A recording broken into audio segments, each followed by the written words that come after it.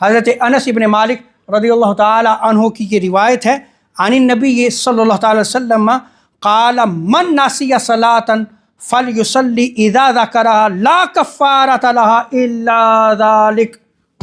آقا علیہ السلام ارشاد فرماتے ہیں کہ جو شخص کسی نماز کو بھول گیا، یعنی جس شخص کی کوئی نماز قضا ہو گئی، تو اس کو جب وہ نماز یاد آ جائے اس کو پڑھ لے، اور اس کے سوا اس نماز کا اور کوئی کفارہ نہیں۔ اب اس حدیث سے کیا نقطہ ثابت ہوا کہ جو قضا نماز ہے اس کا کفارہ صرف اس کو ادا کرنا ہے۔ یہاں ایک اور نقطہ بھی اسی حدیث مبارکہ سے یہ بھی ثابت ہوا کہ جس کی ایک نماز یا متعدد نمازیں قضا ہوئی ہیں، جو اس سے چھوٹ گئی ہیں، ان نمازوں کی قضا ہے اس پر،